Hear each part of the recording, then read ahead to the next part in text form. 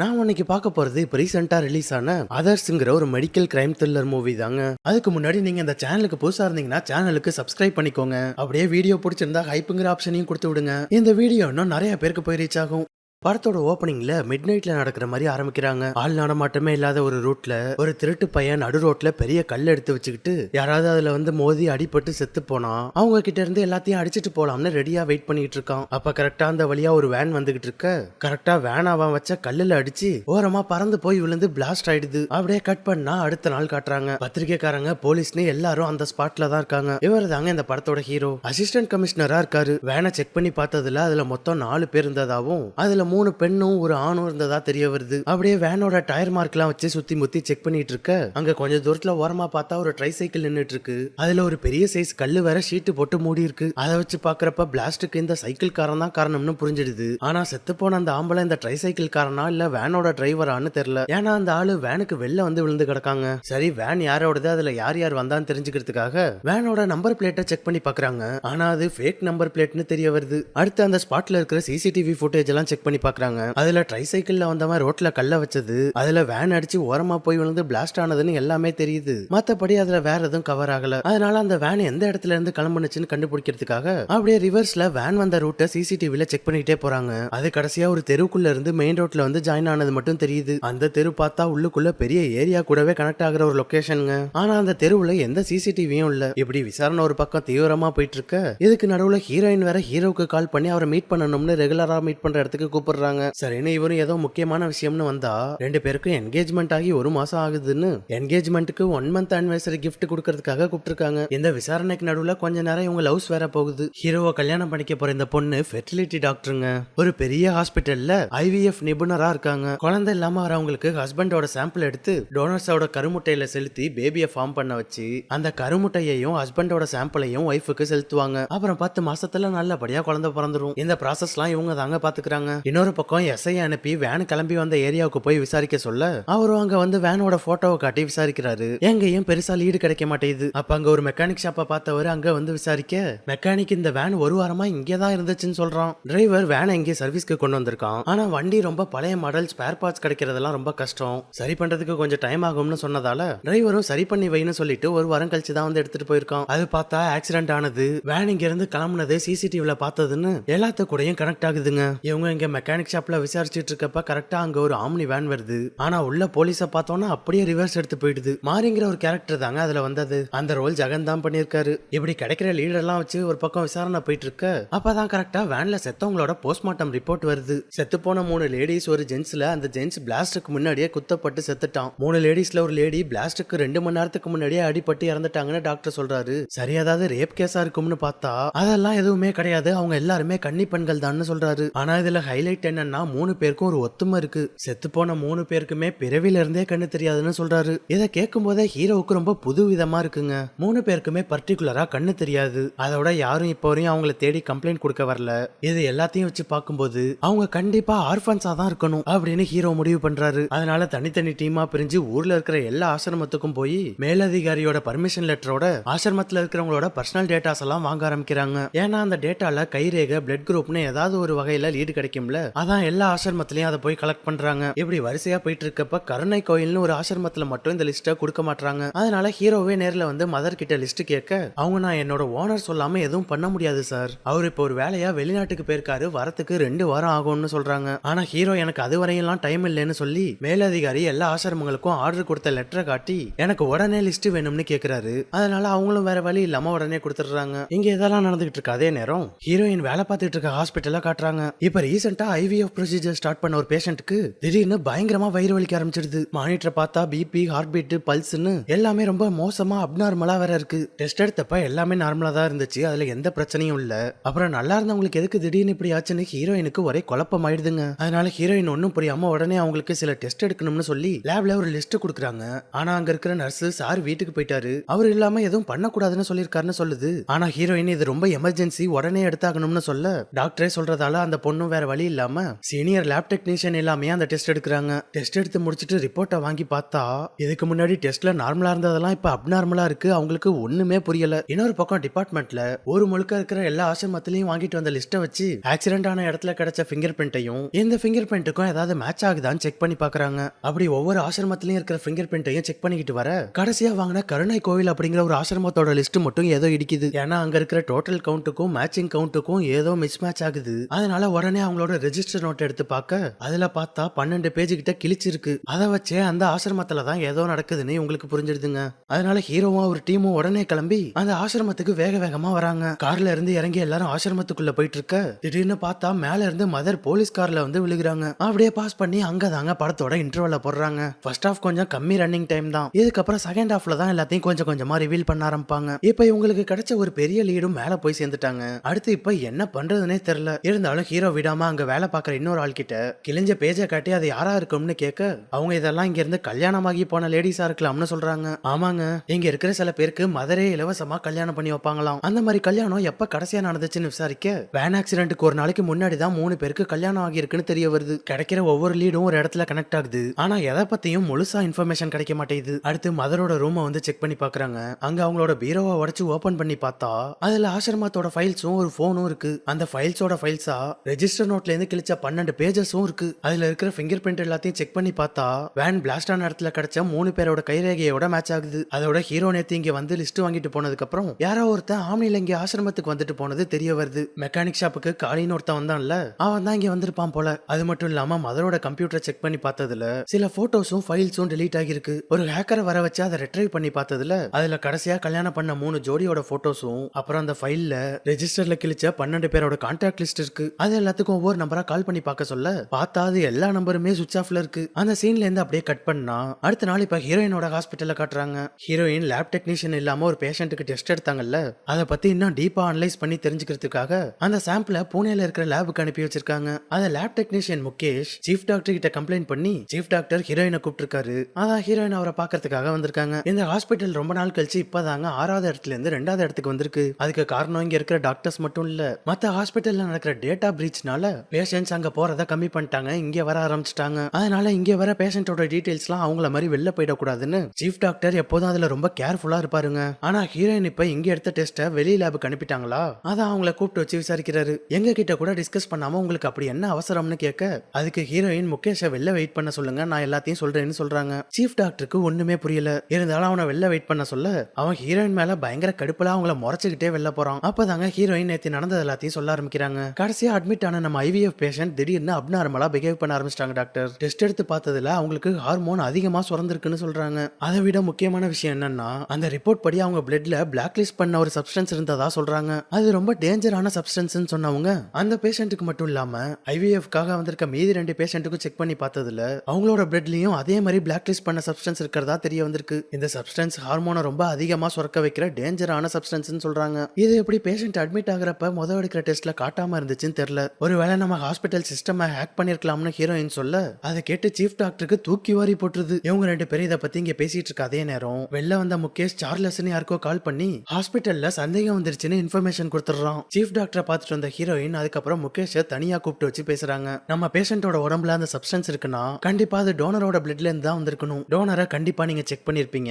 அப்புறம் எப்படி உங்களை மீறி அவங்க உடம்புல இந்த சப்ஸ்டன்ஸ் வந்துச்சுன்னு கேட்க அவன் அசால்ட்டா எனக்கு எதுவும் தெரியாது, நான் டெஸ்ட் எடுக்கிறப்ப எல்லாம் சரியா தான் இருந்துச்சுன்னு சொல்றான். இந்த ஹாஸ்பிட்டல் பேஷண்ட்ஸுக்கு கருமுட்டை கொடுக்குற டோனரோட டீடைல்ஸை கேட்டா அதை பத்தி எதுக்கு நீங்க கேக்குறீங்கன்னு அதுக்கு பதில் சொல்ல மாட்டான். சரி அப்படின்னா டோனர் சப்ளை பண்ற ஏஜென்ட்ஸோட டீடைல்ஸை கொடுங்கன்னு கேட்க சரி நான் அந்த டீடைல்ஸ் எல்லாம் கொடுக்குறேன்னு சொல்லிட்டு அங்க இருந்து கிளம்பிடுறான். வெளில வந்தவன் யாருக்கோ வெயிட் பண்ணிட்டு இருக்க அங்க வேன்ல வந்த மாதிரி நீங்க தான் முகேஷான்னு கேட்டு அவனை அங்க இருந்து பிக்கப் பண்ணிட்டு போறாங்க. இன்னொரு பக்கம் மதரோட சிஸ்டம்ல கிடைச்ச 3 மாப்பிள்ளைங்களோட போட்டோவை வச்சு அவங்கள பத்தி விசாரிச்சதுல அவங்க 3 பேருமே ஃப்ராடு பசங்க, அவங்க மேல பல கேஸ் இருக்குன்னு தெரிய வருது. அதோட அந்த 3 பேருமே ஒரு வாரமா ஆள காணுமா. ஏன்னா அந்த 3 பசங்களுக்கும் மாரிக்கும் பேமெண்ட் விஷயத்துல வாக்குவாதம் ஆனதுல அது சண்டை வரையும் போய் அதுல மாறி 3 பேரையும் கொண்டு புதைச்சிட்டாங்க. இவங்க அந்த 3 பேரை பத்தி டிஸ்கஸ் பண்ணிட்டு இருக்கப்பதான் மதரோட கால் ஹிஸ்டரி டேட்டா கிடைக்குது. அதுல அன்னைக்கு நைட் போலீஸ்காரங்க மதரை பார்க்க போகும்போது அந்த டைம்ல மதர் யாருக்கும் லாஸ்டா கால் பண்ணிருக்கிறது தெரியுது. உடனே அந்த நம்பருக்கு கால் பண்ணி பாக்குறாங்க, அது சுவிட்ச் ஆஃப்னு வருது. ட்ரூ காலர்ல போட்டு பார்த்தா பேரு ஆலிஸ்வெல் ஹோம்னு காட்டுது. நம்ம தான் எல்லா ஆசிரமத்துக்கும் போனோமே, அங்க ரெஜிஸ்டர் வாங்க போனப்ப இவங்க அப்போதைக்கு நம்ம கிட்ட எதுவும் சொல்லவே இல்லையேன்னு போலீஸ்காரங்களுக்கு சந்தேகம் வருது. அதனால உடனே அந்த ஆசிரமத்தோட இன்சார்ஜ் கூப்பிட்டு விசாரிச்சா அவங்க திடீர்னு அன்னைக்கு போலீஸ் வந்தோடனே என்ன சொல்றதுன்னு தெரியல அப்படின்னு இப்ப எல்லாத்தையும் சொல்ல ஆரம்பிக்கிறாங்க. 2 வாரத்துக்கு முன்னாடி சார்லஸ்னு ஒரு பிசினஸ் மேன் வந்து 1 லட்சம் டொனேஷன் கொடுத்து அன்னைக்கு அவரே எல்லாருக்கும் ஃபுட் ஸ்பான்சர் பண்ணாரு சார். அது மட்டும் இல்லாம இலவச கல்யாணம், கண் ஆபரேஷன் எதா இருந்தாலும் உதவி பண்றதா சொல்லிட்டு போனதா சொல்றாங்க. கான்டாக்ட் பண்றதுக்கு நம்பர் கேட்டதுக்கு அவர் எப்போதும் பிஸியா இருக்கிறதால இடையில ஃப்ரீயா இருக்கும்போது அவரே வந்துட்டு போறதா சொன்னதா சொல்றாங்க. சரி, அவரை பத்தி வேற ஏதாவது டீடைல் கிடைக்குமான்னு கேட்க அவர் லாஸ்டா வந்தப்ப போட்டோ எடுத்ததா சொல்லி அவரோட போட்டோவை கொடுத்துட்டு போறாங்க. அந்த போட்டோவை இன்ஸ்பெக்டர் கிட்ட கொடுத்து விசாரிக்க சொல்ல அப்ப ஹீரோயின் கிட்ட இருந்து ஹீரோவுக்கு கால் வருது. ஒரு முக்கியமான விஷயத்தை பத்தி பேசணும்னு எப்போதும் மீட் பண்ற காஃபி ஷாப்க்கு வர சொல்ல ஹீரோவும் உடனே அங்க கிளம்புறாரு. ஆனா அப்பன்னு பார்த்து கண்ட்ரோல் ரூம்ல இருந்து வேற கரெக்டா கால் வருது. இந்த கேஸ் விஷயமா முக்கியமான ஒரு இன்ஃபர்மேஷன் கிடைச்சிருக்குன்னு ஹீரோவை கூப்பிட அவரு ஹீரோயினை பார்க்க போகாம அப்படியே யூட்டன் போட்டு கண்ட்ரோல் ரூம்க்கு வந்துடுறாருங்க. அவங்கள்ட்ட என்ன விஷயம்னு கேட்டா ஆக்சிடென்ட் ஆன வேன் மாதிரியே எக்ஸாக்டா ஒரு வேன் கண்டுபிடிச்சிருக்கோம். இதுல என்ன ஹைலைட்னா 2 வேனும் ஒரே நம்பர்னு சொல்றாரு. அது மட்டும் இல்லாம இப்ப லைவா ஒரு இடத்துல எந்த ஆக்டிவிட்டியும் இல்லாம அரை மணி நேரமா ஒரு இடத்துல நின்றுட்டு இருக்கிறதா சொல்றாரு. அது எந்த லொகேஷன் செக் பண்ணி பார்த்தா ஹீரோயின் ஹீரோவுக்காக வெயிட் பண்ணிட்டு இருக்க அதே காஃபி ஷாப்க்கு வெளில நின்னுட்டு இருக்கு. ஹீரோயின் இருக்கிற இடத்துல தான் இந்த வேன் நிக்குதுன்னு தெரிஞ்சோன்னே ஹீரோவுக்கு பயங்கர ஷாக் ஆயிடுதுங்க. அதே நேரம் ஹீரோ வேற என்ன ஆளை காணும்னு ஹீரோயின் வெயிட் பண்ணி பார்த்துட்டு கடுப்பாயி அங்க இருந்து கிளம்ப ஹீரோ அவங்கள கான்டாக்ட் பண்றதுக்குள்ள வேன்காரன் வேகமா ரிவர்ஸ் எடுத்து ஹீரோயினை கொல்ல பாக்குறான். நல்ல வேலை நகர்ந்துட்டதால சின்ன அடியோட தப்பிச்சிட்டாங்க. இல்லைன்னா அவ்வளவுதான் இந்நேரம் சோலி முடிஞ்சிருக்கும். அதை லைவா கண்ட்ரோல் ரூம்ல இருந்து பார்த்த ஹீரோ உடனே ஹீரோயினுக்கு கால் பண்ணி வேகமா அங்க இருந்து வண்டி எடுத்துக்கிட்டு போக சொல்றாரு. இப்போதைக்கு என்ன ஏதுன்னு கேட்காம நான் சொல்ற ரூட்ல போன்னு சொல்ல உடனே ஹீரோயினும் அவர் சொல்ற மாதிரியே பண்றாங்க. அவங்க வேகமா பைக்கை திருவிட்டு போயிட்டு இருந்தா காளியும் அவன் ஆளும் ஹீரோயினை வெறி கொண்டு சேஸ் பண்ணிட்டு இருக்காங்க. அதே நேரம் ஹீரோ அந்த ரூட்ல இருக்கிற போலீஸ்காரங்களை கூப்பிட்டு அவங்க எல்லாரையும் அலாட் பண்ணிடுறாரா. அவ்வளவுதான், சேஸ் பண்ணிட்டு வந்தவங்கள ஒரு பிரிட்ஜ்ல வச்சு லாக் பண்ணிடுறாங்க. அப்பயும் அவனுங்க அங்க இருந்து எஸ்கேப் ஆக பார்க்க ரவுண்ட் அப் பண்ண போலீஸ்காரங்க அவங்கள ஷூட் பண்ண ஆரம்பிச்சிடுறாங்க. அதுல காளி கூட வந்த ஒருத்தன் செத்துறான். அது மட்டும் இல்லாம கார் டயரை வேற ஷூட் பண்ணிட்டதால காளியால ஒன்னும் பண்ண முடியல. அதனால டக்குன்னு கார்ல இருந்து இறங்கி பிரிட்ஜ்ல இருந்து ஆத்துல குதிச்சு எஸ்கேப் ஆயிடுறான். இந்த அளவுக்கு அவனை ரவுண்ட் அப் பண்ணியும் போலீஸ்காரங்க அவனை மிஸ் பண்ணிடுறாங்க. இந்த சம்பவத்துக்கு அப்புறம் தான் ஹீரோவும் ஹீரோயினும் மீட் பண்ணிக்கிறாங்க. அப்பதான் அவங்க ஹீரோ கிட்ட பேஷண்ட்டுக்கு நடந்தது அதை பத்தி லேப் டெக்னீஷியன் முகேஷ் கிட்ட விசாரிச்சு அவன் அப்ஸ்காண்ட் ஆனதுன்னு நடந்தது எல்லாத்தையும் சொல்றாங்க. அது கூடவே சேர்த்து பெரிய குண்டையும் தூக்கி போடுறாங்க. பேஷண்டோட பிளட்ல இருக்கிற டேஞ்சரான சப்ஸ்டன்ஸால பேஷண்ட்டுக்கு தான் பிரச்சனை வரும்னு பார்த்தா அதால பேஷண்ட்டுக்கு எந்த பிரச்சனையும் இல்ல, பிறக்க போற குழந்தைக்கு தான் மிகப்பெரிய பிரச்சனைன்னு சொல்றாங்க. பிளாக் லிஸ்ட் பண்ண அந்த சப்ஸ்டன்ஸால குழந்தைங்களோட ஹார்மோனே பயங்கர இம்பேலன்ஸ் ஆகும். அது அவங்க ஜெண்டரையே கொலாப்ஸ் பண்ணிடும்னு சொல்றாங்க. இதனால ஆண் குழந்தையா பிறக்கிறவங்க பெண்ணோட குரோமோசோமையும் பெண் குழந்தையா பிறக்கிறவங்க ஆணோட குரோமோசோமோடையும் பிறக்க வாய்ப்பு இருக்கு. அதாவது ஷார்ட்டா சொல்லணும்னா பிறக்க போற குழந்தை டிரான்ஸ்ஜெண்டரா பிறக்கலாம்னு சொல்றாங்க. ஆலிஸ் வெல்ங்கிற ஹோம் தான் டோனர்ஸோட ஏஜென்ட். அவங்கள பத்தி எந்த டீடைல்ஸும் கிடைக்கலன்னு ஹீரோயின் சொல்றாங்க. எவ்வளவு பெரிய விஷயம் ஹாஸ்பிட்டல்ல இருக்கிற வேற யாருக்கும் தெரியாம நடக்க வாய்ப்பு இல்லைன்னு சீஃபை வந்து விசாரிக்க அவர் இந்த கேஸ் விஷயமா இந்த ஹாஸ்பிட்டல் ரெப்புடேஷனுக்காக நீங்க யார வேணுமோ எப்படி வேணுமோ விசாரிச்சுக்கோங்கன்னு சொல்லிடுறாரு. அதனால முகேஷ் கூட இருக்கிற இன்னொரு லேப் டெக்னீஷியனை கூப்பிட்டு 4 போட்டு விசாரிக்க இன்வாய்ஸ் எல்லாமே சார்லஸ்ங்கிற பேர்ல தான் ரெஜிஸ்டர் ஆயிருக்குன்னு தெரிய வருது. யார் அந்த சார்லஸ், அவன் எங்க இருக்கான்னு கேட்க இந்த ஆளு முகேஷ் மூலமா ஒரே ஒரு டைம் தான் அவனை வீட்டுக்கு போய் மீட் பண்ணிருக்கேன்னு சொல்றான். ஹீரோ ஆலிஸ்வெல் ஹோமோட இன்சார்ஜ் கொடுத்த சார்லஸோட போட்டோவை காட்டுறாரு. இந்த ஆளு கரெக்டா அவன் தான் சார்லஸ்னு சொல்றான். அவ்வளவுதான், கையில போட்டோ இருக்கு, அட்ரஸும் கிடைச்சிட்டு அதனால அன்னைக்கு நைட்டே சார்லஸோட வீட்டை ரவுண்ட் அப் பண்ணி அவனை தொக்கா ஸ்டேஷனுக்கு தூக்கிட்டு வந்துடுறாங்க. எப்படி கேட்டா அவன் உண்மையா சொல்வானோ அந்த மாதிரி போலீஸ் அவனுக்கு ட்ரீட்மெண்ட் கொடுக்க அவனும் அது மாதிரி கொஞ்சம் கொஞ்சமா கக்க ஆரம்பிக்கிறான். ஆசிரமங்கள்ல இருக்கிற மாற்றுத்திறனாளிகள் தாங்க இவங்களோட மெயின் டார்கெட்டே. வரிசையா எல்லா ஹோமுக்கும் போய் சேவை பண்ற மாதிரி டொனேஷன் கொடுத்து உள்ள பூந்து அவங்களுக்கு தேவையான ட்ரீட்மெண்ட் பண்றேன், இலவச கல்யாணம் பண்ணி வைக்கிறேன்னு ஆசிரமங்களோட இன்சார்ஜா நம்ப வச்சிருவேன். அப்படிதாங்க கருணை கோயில் ஆசிரமத்தோட மதரும் இவங்க கிட்ட மாட்டினது. கல்யாணம் பண்றதுனா இவங்களே மாப்பிளைய ரெடி பண்ணி ஃபேக் ப்ரொஃபைல் ஃபேக் சர்டிபிகேட்னு வச்சு கல்யாணத்தை முடிச்சு வச்சிருவாங்க. ஆனா கல்யாணம் முடிஞ்ச அன்னைக்கு நைட்டே அந்த பொண்ணை தூக்கிடுவாங்க. தூக்கிட்டு வந்த அந்த பொண்ணுங்க கிட்ட இருந்து கருமுட்டையை எடுத்து தான் ஹாஸ்பிட்டலுக்கு கொடுப்பாங்க. இவங்க இது மாதிரி ஏமாத்துறது மதருக்கு தெரிய வந்து பயங்கர டென்ஷன் ஆகி போலீஸ் கிட்ட எல்லாம் போயிடலாம்னு முடிவு பண்ணிருக்காங்க. ஆனா நீங்க அப்படி போலீஸ் கிட்ட போனா நீங்க தான் காசுக்காக அந்த பொண்ணுங்களை எங்க கிட்ட வித்துட்டீங்கன்னு சொல்லுவோம்னு மிரட்டியிருக்காங்க. அதனால அவங்களும் வேற வழி இல்லாம பயந்துகிட்டு தொடர்ந்து இவங்களுக்கு வேலை பார்த்து கொடுத்திருக்காங்க. ஆனா இந்த ஆக்சிடென்ட் கேஸ்னால ஹீரோ அந்த ஆசிரமத்தை ட்ராக் பண்ணி கண்டுபிடிச்சிட்டாரா, அதுல மதருக்கு மாட்டிக்கிட்டு அசிங்கமாயிடுமோன்னு பயம் வந்திருக்கு. அதனால தாங்க தற்கொலை பண்ணிருக்காங்க. சரி, ஹாஸ்பிட்டலுக்கு சப்ளை பண்ற சாம்பிள்ல எப்படி டேஞ்சரான சப்ஸ்டன்ஸ் மிக்ஸ் ஆகுதுன்னு கேட்க அதை பத்தி எனக்கு எதுவும் தெரியாது சார், எங்களுக்கு மேல வேதான்னு ஒருத்தன் இருக்கான், அவன் தான் இது எல்லாத்துக்கும் மாஸ்டர் மைண்ட்னு சொல்றான். இவன் சொல்ற அந்த வேதா யாருன்னு பார்த்தா கொய்யால போலீஸ்காரங்களுக்கு அந்த வேனை பத்தி இன்ஃபர்மேஷன் கொடுத்த மெக்கானிக்குங்க. ஆனா அந்த மெக்கானிக் தான் இவன் சொல்ற வேதான்னு போலீஸ்காரங்களுக்கு இப்ப தெரியாது. ஏன்னா வேதா எங்க இருப்பான்னு இந்த சார்லஸ்க்கு தெரியாது. அதோட அவன் போன்லாம் யூஸ் பண்ண மாட்டான், பர்மனண்டா நம்பர்னு எதுவும் கிடையாது. மீட் பண்றது கூட ஒவ்வொரு டைம் ஒவ்வொரு இடத்துல தான் மீட் பண்ணுவான்னு சொல்றான். சரி, 3 பொண்ணுங்க செத்தாங்களே அது எப்படின்னு கேட்க அது வேதா வழக்கம் போல கல்யாணம் ஆன பொண்ணுங்களை அன்னைக்கு தூக்கிட்டு போறதுக்காக வந்திருக்கான். அப்படி தூக்கிட்டு போகும்போது ஒரு பொண்ணு எஸ்கேப் ஆகுறேன்னு வேன்ல இருந்து வெளில குதிச்சு செத்தே போயிடுச்சு. அந்த பொண்ணை வேன்ல போட்டு கொண்டு போயிட்டு இருக்கும் போதுதான் ஒரு திருட்டு பையன் செட் பண்ணி வச்சிருந்த டிராப்ல அடிபட்டு ஆக்சிடென்ட் ஆகிருக்கு. அந்த பையன் வேனுக்கு வந்து ஏதாவது கிடைக்குமான்னு பார்த்துட்டு இருக்கும் போதுதான் பார்த்திருப்பான். வேதா வேன்ல இருந்து வெளில வந்திருக்கான். திருட்டு பையன் வேதாவை பார்த்துட்டதால வேதா அவனை குத்தி போட்டுட்டு 3 பொண்ணுங்களோட சேர்த்து வேனோட சேர்த்து கொளுத்தி விட்டுட்டு போயிருக்கான். இப்படிதாங்க இந்த ஆக்சிடென்ட் ஆயிருக்கு அப்படின்னு சார்லஸ் மொத்த கதையையும் சொல்லி முடிக்கிறான். இப்ப அந்த வேதாவை எப்படி பிடிக்கிறதுன்னு எல்லாரும் குழப்பத்துல இருக்க பார்த்தா வேதாவே ஸ்டேஷனுக்கு வராங்க. இவன் எதுக்கு இப்ப டைரக்டா ஸ்டேஷனுக்கு வந்திருக்கான்னு பார்த்தா நேரா எஸ்ஐ கிட்ட வந்து அன்னைக்கு என்கிட்ட வேனை பத்தி கூட விசாரிச்சிங்களேன்னு சொல்லி இன்ட்ரோ பண்ணிக்கிட்டு அவர்கிட்ட ஒரு கம்ப்ளைண்ட் கொடுக்கறான். வேதாங்கிற இவனோட பேரை மாரின்னு சொல்லி இவனுக்கு வேதிக்கான ஒரு தங்கச்சி இருக்குன்னு சொன்னவன் அவ கருணை கோயில் ஆசிரமத்துல வேலை பார்த்துக்கிட்டு இருந்தா. மதர் தான் அவளுக்கு கல்யாணம் பண்ணி வச்சாங்க. கல்யாணத்துக்கு அப்புறம் தங்கச்சி கிட்ட இருந்தும் மாப்பிள்ளை கிட்ட இருந்தும் எந்த ரெஸ்பான்ஸும் இல்லைன்னு இவனுக்கு ஏதோ உண்மையா தங்கச்சி இருந்து அப்படி ஆன மாதிரி ஆக்டிங்கா போடுறான். இவன் இதை எஸ்ஐ கிட்ட சொல்லி எஸ்ஐ அவனை ஹீரோ கிட்ட அழைச்சிட்டு வர அவர்கிட்ட டீடைலா எல்லாத்தையும் சொல்லிட்டு இருக்கான். அப்ப திடீர்னு பரபரப்பா அங்க ஓடி வந்த ஏட்டையா உள்ள இருக்கிற சார்லஸ்க்கு ஏதோ ஆச்சுன்னு சொல்ல எல்லாரும் வேக வேகமா அங்க ஓடிடுறாங்க. என்னன்னு பார்த்தா அவன் விஷம் கலந்த சாப்பாட்டை சாப்பிட்டு அங்கேயே தொண்டை கவ்வி செத்துறான். ஆனா அப்பதான் அவனுக்கு வர வேண்டிய சாப்பாடே வருது. வில்லன் தாங்க அவனை பத்தி தெரிஞ்சிரும்னு சார்லஸ போடுறதுக்குனே உள்ள வந்திருக்கான். அது மட்டும் இல்லாம போலீஸ்காரங்க எல்லாரும் சார்லஸ பார்க்க ஓடி போனாங்கல்ல. இவன் அங்க வேற பின்னாடியே வந்து நின்னுகிட்டு செத்தவனை பார்த்து என்ஜாய் பண்ணிட்டு இருக்கான். செத்து கிடக்க சார்லஸ பார்த்துட்டு இவனை என் தங்கச்சியோட கல்யாணத்துல பாத்திருக்கேன், இவன் கூடவே வேதான்னு இன்னொருத்தன் இருந்தான் அப்படின்னு இவனோட ஆளு மாறிய வேற வேதான்னு சொல்லி அவனையும் போட்டு கொடுத்துடுறான். ஏன்னா அவனும் மாட்டான் உண்மை தெரிஞ்சிரும்னு போலீஸை வச்சு அவனை போடுறதுக்கு பாக்குறான். சொல்ல போனா அவனோட ஆளை போட்டு கொடுத்தது மட்டும் இல்லாம அவனோட மூஞ்சி நல்லா ஞாபகம் இருக்குன்னு அவனை அப்படியே ஸ்கெட்ச் பண்றதுக்கு வேற ஹெல்ப் பண்றான். அதோட இதான் என் தங்கச்சியோட போட்டோன்னு சொல்லி ரொம்ப டேமேஜா இருக்கிற சின்ன வயசுல எடுத்த பழைய போட்டோவை கொடுத்துட்டு போறான். அவன் போனோட தாங்க ஹீரோவுக்கு அவன் மேல சந்தேகம் வருது. வேதாவோட முகம் நல்லா தெரியும்னு இப்ப ஸ்கெட்ச் கொடுத்துட்டு போறான். அப்புறம் ஏன் அன்னைக்கு மெக்கானிக் ஷாப்ல வேதாவை பத்தி எதுவுமே சொல்லலன்னு ஹீரோவுக்கு பயங்கரமா மண்டை காயுது. அவன் எப்படி வேதாவை பத்தி சொல்லுவான்? இவன் தானே அந்த வேதாவே. ஹீரோ அந்த குழப்பத்திலேயே மண்டையை போட்டு பிச்சுக்கிட்டு இருக்க அப்ப கரெக்டா செத்து போன சார்லஸோட போனுக்கு கால் வருது. எடுக்கிறதுக்குள்ள கட் ஆயிடுது. திரும்ப கால் பண்ணா எடுக்க மாட்டாங்க. அதனால அந்த கால் வந்த லொகேஷனை ட்ராக் பண்ணி அந்த ஸ்பாட்டுக்கு வந்தா அங்க ஒரு பெரியவர் இருக்காரு. விசாரிச்சா இவர் தான் வேதாவோட அப்பான்னு தெரிய வருது. ஆனா போலீஸ்காரங்க இன்னும் மாறியதாங்க வேதான்னு நினைச்சிட்டு இருக்காங்க. சரி இவர் எதுக்காக சார்லஸ்க்கு கூப்பிட்டாருன்னு பார்த்தா வேதா போன் யூஸ் பண்ண மாட்டான், எதா இருந்தாலும் இந்த நம்பருக்கு தான் கூப்பிட சொல்லியிருக்கான்னு சொல்றாரு. அப்ப கரெக்டா அந்த வீட்டுல போலீஸ் ஸ்டேஷன்ல வில்லன் கொடுத்த தங்கச்சியோட போட்டோவை பார்க்க ஹீரோக்கும் எஸ்ஐக்கும் தூக்கி வாரி போட்டுருது. இங்க தாங்க படத்தோட மிகப்பெரிய ட்விஸ்டே. அந்த போட்டோல இருக்கிறது யாருன்னு கேட்டா அவர் அது வேதான்னு சொல்றாரு. அட வேதிகாவும் வேதாவும் ஒரே ஆளு தாங்க.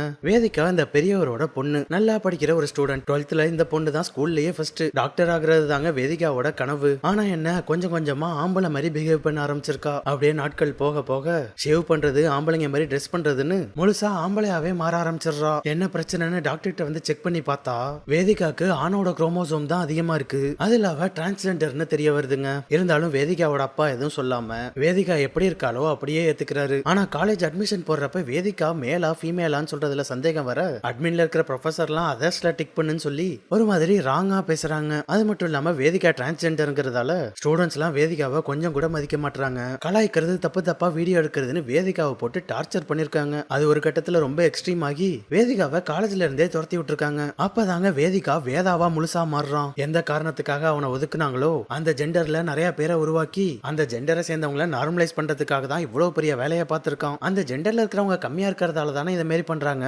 ஆண்கள் பெண்கள் மாதிரி அவங்களும் அதிகமாயிட்டா அவங்களுக்கு கிடைக்க வேண்டிய மரியாதை கிடைக்கும்ல, அதான் இந்த மாதிரி பண்ணிருக்கான். இது வேதாவோட அப்பாவுக்கும் தெரியுங்க. அவர்கிட்ட வேதா வரைஞ்சு கொடுத்த ஆளோட போட்டோவை காட்டி யாருன்னு கேட்க அது வேதாவோட ஃப்ரெண்டு மாரின்னு சொல்றாரு. அப்பதான் அவங்களுக்கு வேதா வந்து ஏமாத்திட்டு போனதே அவங்களுக்கு தெரியுது. எங்க அவங்க வேதாவை பத்தி விசாரிச்சிட்டு இருக்க அதே நேரம் அங்க அவன் மாரி மூலமா அவன் மாட்டிக்க கூடாதுன்னு இத்தனை காலமா அவன் கூடவே இருந்த மாரிய போட்டு தள்ளிடுறான். வேதா அவனோட மெக்கானிக் ஷாப்புக்கு கீழே தாங்க எல்லா செட்டப்பையும் வச்சிருக்கான். அங்க வச்சுதான் அவன் தூக்கிட்டு வர பொண்ணுங்க கிட்ட இருந்து கருமுட்டையை எடுக்கிறது, அவனோட டேஞ்சரான சப்ஸ்டன்ஸ் அதுல சேர்க்கறதுன்னு எல்லா வேலையும் அங்கதான் பண்ணிட்டு இருக்கான். எல்லாரையும் கொண்டுட்டோம் மாட்ட மாட்டோம்னு நினைச்சு பண்ணிட்டு இருந்தான். ஆனா ஹீரோ இப்ப கரெக்டா அங்க என்ட்ரி கொடுத்துடுறாரா. பயபல தொக்கா சிக்கிடுறான். ஹீரோ அவனை போட்டு பொழக்க ஆரம்பிச்சிடுறாரு. என்னதான் வில்லன் ஆரம்பத்துல டஃப் கொடுத்துட்டு இருந்தாலும் ஹீரோ அவனை போட்டு துணி துவைக்கிற மாதிரி அடிச்சு துவைச்சதுல அவன் கிழிஞ்ச சட்டை மாதிரி தொங்க ஆரம்பிச்சிடுறான். அதுல அவனால எந்திரிக்கவே முடியலங்க. பிறக்கிற குழந்தைங்களுக்கு போய் எப்படிரா அப்படி பண்றதுக்கு மனசு வந்துச்சுன்னு அவனை ஷூட் பண்றதுக்கு ஹீரோ டக்குன்னு கன் எடுத்துடுறாரு. ஷூட் பண்ணலான்னு போகும்போது அவன் சட்டையெல்லாம் கிழிஞ்சு தொங்கிட்டு இருக்கிறத பார்த்து அங்க இருக்கிற ஒரு துணியை எடுத்து அவங்க கிட்ட கொடுக்குறாரு. அவன் உடனே ஐயோன்னு அந்த போர்வை எடுத்து போத்திக்கிட்டு கதற ஆரம்பிச்சிடுறான். அவ்வளவுதான் ஹீரோ அவனை அப்படியே போர்வையோட மடிச்சு